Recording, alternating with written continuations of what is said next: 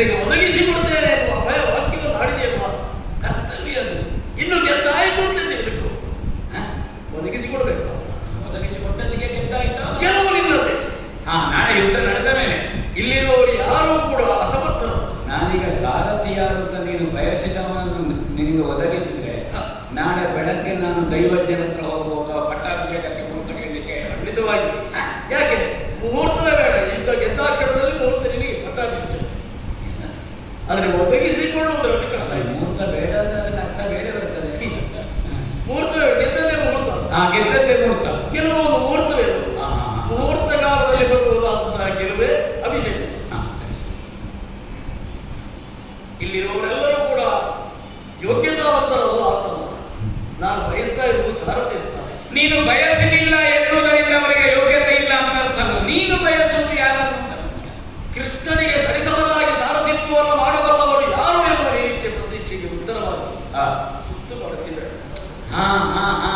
ನೀನು ಪ್ರತಿಸ್ಪರ್ಧಿಯನ್ನು ನೋಡಿ ಹಾಗಾದ್ರೆ ಇವತ್ತೀಗ ದೊಡ್ಡ ನಿನ್ನ ಪ್ರತಿಸ್ಪರ್ಧಿಗೆ ಮುಖಾಮುಖಿ ಆಗಲಿಲ್ಲ. ಯಾಕೆ ಯಾಕೆ ಈ ಕ್ಷಣದವರೆಗೆ ವಿರೋಧದಿಂದಲೇ ಇದ್ದವನ್ನ ಯಾರ ಕುರಿತಾಗಿ ಅರ್ಜುನನ ಕುರಿತಾಗಿ ವಿಲೋಪತ್ರಮಗಳ ಪರೀಕ್ಷಾ ಕಾಲದಲ್ಲಿಯೂ ಕೂಡ ನನ್ನ ಲಕ್ಷ್ಯ ಇದ್ದದ್ದು ವಿರೋಧಕ್ಕೆ ಕಾರಣ ಸ್ಥಾನವಾಗಿದ್ದು ಅರ್ಜುನ. ಹೌದಪ್ಪ, ನೀನು ಭಾರತನಿಗೆ ಒಬ್ಬ ಪ್ರತಿಸ್ಪರ್ಧಿ ನಿನ್ನ ವಿಕ್ರಮವನ್ನು ಕಂಡು ನಾನು ಕೈ ಚಾಚಿದ್ದು ಹಸ್ತಲಾಗವಕ್ಕೆ.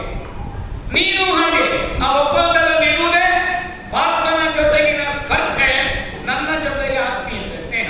ಇನ್ನು ನಾನೂ ಯುದ್ಧ ಮಾಡಿದ್ದೇನೆ, ಭರ್ತನೂ ಯುದ್ಧ ಮಾಡಿದ್ದೇನೆ. ಆದರೆ ಪರಸ್ಪರ ವಿರೋಧದಿಂದಾಗಿ ಮುಖಾಮುಖಿ ಆಗಲಿಲ್ಲ. ನಮ್ಮಲ್ಲಿ ಧೈರ್ಯದ ಯುದ್ಧ ಆಗಲೇ. ಹಾಗೆ ನಿರೀಕ್ಷೆ ಯಾವುದು ನಾಳೆಗೆ ನನ್ನ ಪ್ರತಿಸ್ಪರ್ಧಿಯಾಗಿ ಪ್ರತಿರೋಧಿಯಾಗಿ ಬರಬಹುದಾದಂತಹ ಅರ್ಜುನನೊಂದಿಗೆ ಯುದ್ಧ. ಹಾಗೆ ಇವತ್ತಿನ ಯುದ್ಧದಲ್ಲಿ ನಿನಗೆ ಮುಖಾಮುಖಿ ಆಗಲಿಲ್ಲ.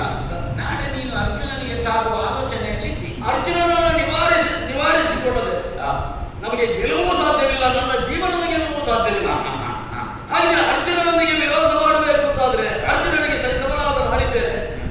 ಅರ್ಜುನ ಗಾಂಡೀವಕ್ಕೆ ಸರಿಸಮನಾದಂತಹ ಅವನದೆಲ್ಲ ಉಂಟು, ಅಥವಾ ಉಪಕರಣಗಳೆಲ್ಲ ಉಂಟು. ಆಗ ನೋಡಿದ ಹಾಗೆ ಇನ್ನೊಂದು ಯಾವುದು ಅಂತ ಕೇಳಿದ್ರೆ ರಥದ ಮೂತಿಯಲ್ಲಿ ಕುಳಿತಿರಬಹುದಾದಂತಹ ಕೃಷ್ಣನಿಗೆ ಸರಿಸಮನಾದ ಸಾರ ಯಾರಿದ್ದಾರೆ ನಮ್ಮಲ್ಲಿ ಅಂತ ಆಲೋಚನೆ ಮಾಡಿದರೆ ಇದ್ದಾರೆ. ಸಭೆಯಲ್ಲಿದ್ರೆ ಹೇಳು ನೀನು. ಸಭೆಯಲ್ಲಿ 3ನೇ ಸಾಲಿನಲ್ಲಿ ಎಡದಿಂದ 4ನೇ ಅಂತ ಹೇಳಿ, ಅಥವಾ 6ನೇ ಸಾಲಿನಲ್ಲಿ ಬಲದಿಂದ 3ನೇ. ಯಾಕೆ ನಮ್ಮಲ್ಲಿ ಎಲ್ಲರದ್ದು ಹೆಸರಿಸಬಹುದಾದಂತಹ ಅಥವಾ ಇನ್ನು ನಿನಗೆ ದೊಡ್ಡಕ್ಕೆ ಹೇಳಿದ್ರೆ ಮತ್ತೊಬ್ಬನಿಗೆ ಆಗುದು. ನನಗೆ ಯಾವಾಗಲೂ ಕರ್ಣ ಬಹಳ ಹತ್ರ. ಇವತ್ತು ಸಾರಥ್ಯಕ್ಕಾಗುವಾಗ ನನ್ನನ್ನು ಸೂಚಿಸಿಲ್ಲ ಅಂತಾದ್ರೆ ನೀನು ಗುಟ್ಟಿನಲ್ಲಿ ಬರೆದು ಹೀಗೆ ಮಡಚಿಕೊಡ್ತೀನಿ. ನಾನಂತರಿಗೆಲ್ಲ ಸಭಾ ವಿಸರ್ಜನೆ ಮಾಡಿ ಮತ್ತೆ ನಾನು ಮಾತಾಡಿ ನಿನಗೆ ನಾಳೆ ಇದಿಷ್ಟು ನಾಳೆ ಸಾರಥ್ಯತ್ವಕ್ಕೆ ಬೇಕಲ್ಲ.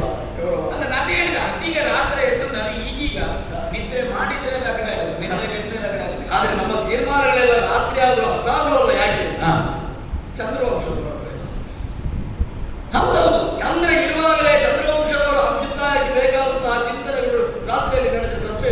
ಅದು ತಪ್ಪಿಲ್ಲ, ಅದು ಹಗಲು ಮಾಡಬಾರದು ಅಂತ ಇಲ್ಲ. ಹಾಗಾಗಿ ರಾತ್ರಿಯೂ ತಪ್ಪಲ್ಲ. ಚಂದ್ರವಂಶದವರು ಅಂತ ರಾತ್ರಿಯೇ ಹೋಗಲು ಕೊಡಬೇಕು ಅಂತಲ್ಲ, ಚಂದ್ರ ಅಂತ. ಹಾಗಾಗಿ ಚಂದ್ರ ಇದ್ರೆ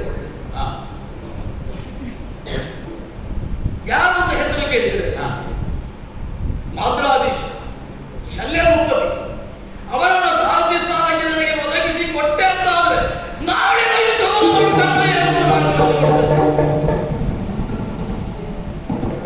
ಅವರ ವಿಚಾರಕ್ಕೆ ಕೇಳಬಾರ್ದು. ಅಯ್ಯೋ, ಅವರೇ ಬರಬೇಕು. ಅವರ ವಿಚಾರಕ್ಕೆ ಕೇಳಬಾರ್ದು. ಅವರೇ ವಿಚಾರಕ್ಕೆ ಕೇಳಿದ್ರೆ ಅವರ ವಿಚಾರದಿಂದ ಆಚರಿಸ್ತಾನೆ.